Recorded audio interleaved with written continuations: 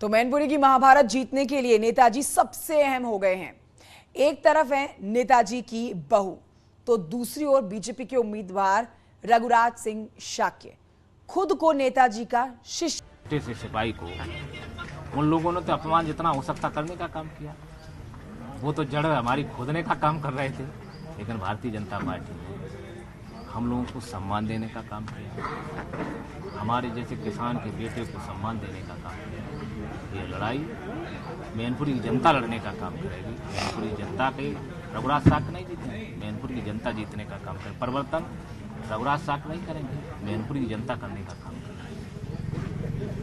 तो हम लोग जनता की अदालत में आए, सबसे प्रणाम करूंगा, सबसे प्रणाम कर रहा हूँ, आपके माध्यम से भी प्रणाम कर रहा हूँ कि इस किसान के बेटे को आशीर्वाद दें, ये आपकी सेवा ज्यादा करने का काम करें। नामांकन करा के और जो लड़ रही है माननीय डिम्पल जी, शायद वो नहीं मिल पाए क्योंकि माननीय मुख्यमंत्री, पूर्व मुख्यमंत्री जी की पत्नी है, सिक्योरिटी इतनी रहेगी, आम आदमी कहाँ से मिल सकता, विधायक सांसद नहीं मिल सकते। रघुराज साहब को दुकान पकड़े कहीं पकड़ लो, जहाँ मिलने का काम कर लो।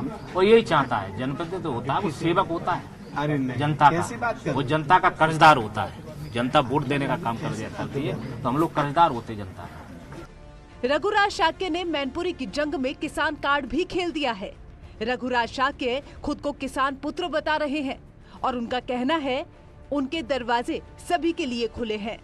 जो जब चाहे, जितने बजे भी चाहे, उनसे आकर मुलाकात कर सकता है, अपनी समस्याएं बता सकता है।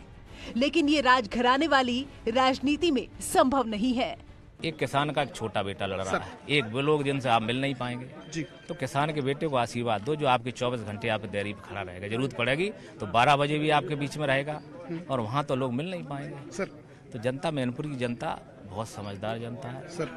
यहाँ हमेशा मैनपुरी के लोग समझदार लोग हैं सर, और यहाँ लड़ाई जनता लड़ने का काम करती है। जनता की अदालत सबसे बड़ी सर। आप 2 बार सांसद रहे, कितना टफ अब इस टाइम देख रहे हैं आप? 2 बार सांसद रह चुके, एक बार विधायक, कितना टफ ये चुनाव समझ आ रहा है? हमें तो जनता की, हमें कुछ नहीं समझ में आ रहा, नहीं समझ। जनता जीतने का काम करेगी, जनता निर्णय लेने का काम करेगी, जनता की अदालत में गए। ठीक सर, जनता को क्या कहेंगे जिस सम्मानित जनता को आप हाथ जोड़ के वोट मांग रहे हो? जनता से यही निवेदन करूंगा, प्रणाम कर रहा हूँ, पैर छूकर बुजुर्गों को प्रणाम कर रहा हूँ, आपके माध्यम से माताओं को पैर छूकर प्रणाम कर रहा हूँ, बहनों को प्रणाम कर रहा हूँ कि इस बेटे को आशीर्वाद दें।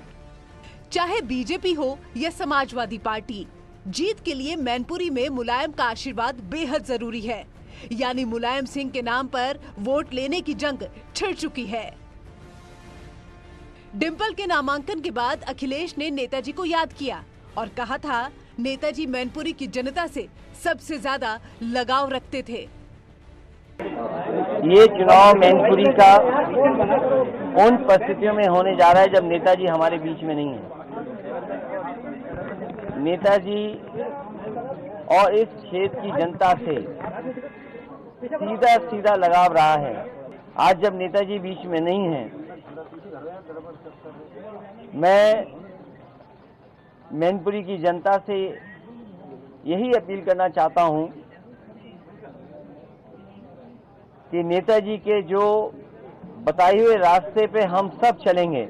अखिलेश अच्छी तरह से समझते हैं नेताजी की मैनपुरी की सियासी विरासत कायम करने के लिए हर कदम पर नेताजी का जिक्र बेहद जरूरी है।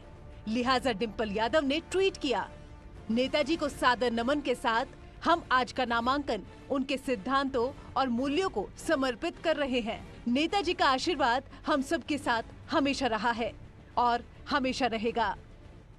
चुनाव जनता का चुनाव है और कार्यकर्ताओं का चुनाव होने जा रहा है, और नेताजी के लिए यहाँ की जनता, यहाँ के कार्यकर्ता नए नहीं थे, घर घर से नेताजी जुड़े थे, और नेताजी यहाँ से लगातार काम किया उन्होंने।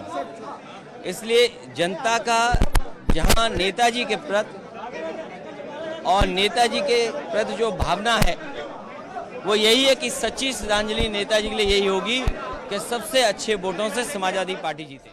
और अब रघुराज शाक्य भी नेताजी को गुरु बताते हुए मैनपुरी के चुनावी मैदान में कूद चुके हैं। अब देखना ये है कि नेताजी की मैनपुरी में नेताजी का आशीर्वाद किसे मिलेगा, बहू को या फिर शिष्य को। न्यूज़ 18 के लिए अमित गंजू के साथ देवेंद्र चौहान की रिपोर्ट।